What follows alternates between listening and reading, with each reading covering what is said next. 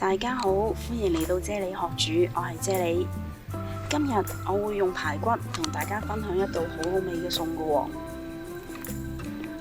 好多朋友都話呢啲排骨煮出嚟呢又腥又柴，點樣整都唔好食喎。咁今日呢，我同大家分享下排骨嘅揀選方法同埋正確嘅做法啦。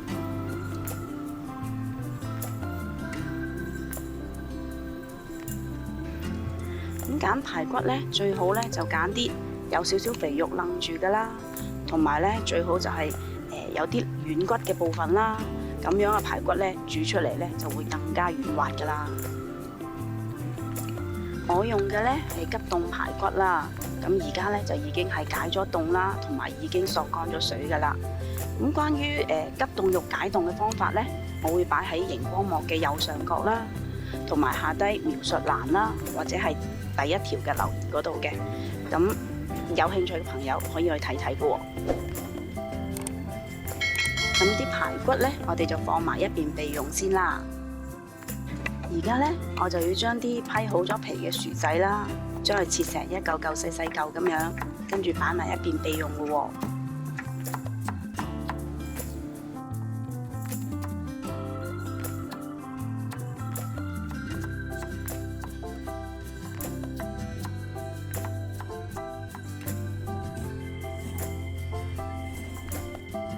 跟住呢，我會切多幾片薑添啦，用薑呢嚟劈走排骨嘅腥味嘅喎。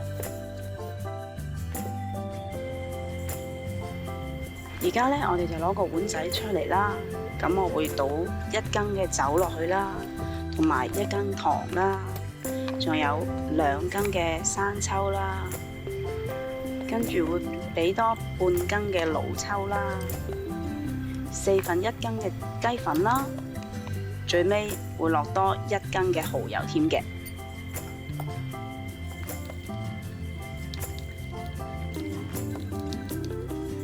將啲醬汁撈勻咗之後呢，擺埋一邊備用嘅喎。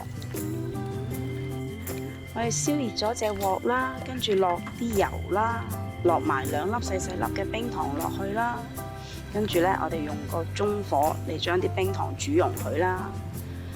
冰糖呢係可以令到排骨嘅肉質呢就更加腍滑嘅，咁樣煮出嚟嘅排骨呢就會好嫩滑，唔會柴噶啦。煮到啲冰糖完全融化咗之後呢，我哋就將啲排骨倒埋落嚟啦。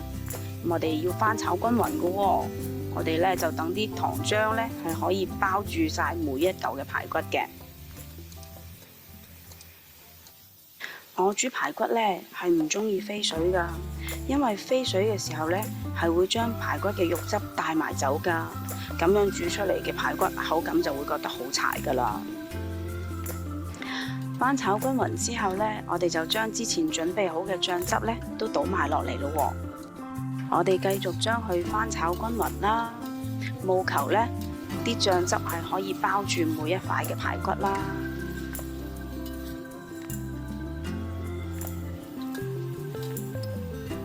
跟住呢，我會倒入可以浸過排骨嘅滾水，記得一定係滾水，唔可以係凍水㗎，因為呢凍水會令到個溫度呢急劇下降，咁樣呢肉質纖維就會即刻收緊㗎啦。呢一個呢亦都係排骨煮出嚟個口感會變柴嘅原因之一嚟嘅。睇到啲湯汁已經開始滾起呢，我哋就冚翻個蓋啦，熄翻細火啦，由佢燜煮30分鐘嘅。30分鐘已經過咗去啦，我哋打開嚟睇下。哇！而家呢已經聞到好香嘅排骨香味咯喎，排骨呢都已經開始腍啦。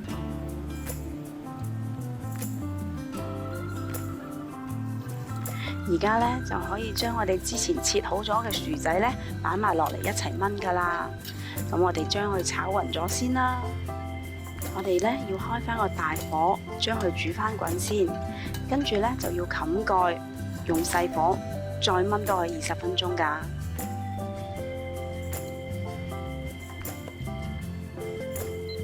20分鐘過咗去啦，哇，好香喎！香噴噴噴嘅肉香味啊，聞到都流口水。而家開返個大火，將啲肉汁收乾少少先，咁樣呢會令到個餸嘅香味更加濃郁，更加香㗎。而家睇到薯仔呢，就已經係好容易咁樣就夾得爛啦。排骨呢，亦都係夠晒軟腍㗎啦。咁我哋而家呢，就將佢上咗碟先啦。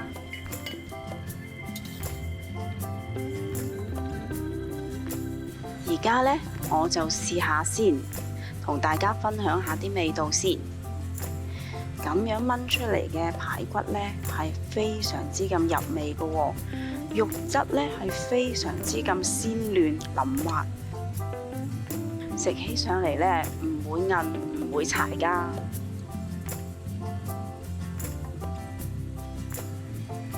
咁香得嚟又唔油膩嘅薯仔炆排骨呢，就已經做好啦。鍾意呢個餸嘅朋友，請你俾個 like 我啊！仲有記得訂閱我嘅 channel 啊！多謝晒你哋嘅收睇啊！我哋下一期嘅影片再見啦，拜拜。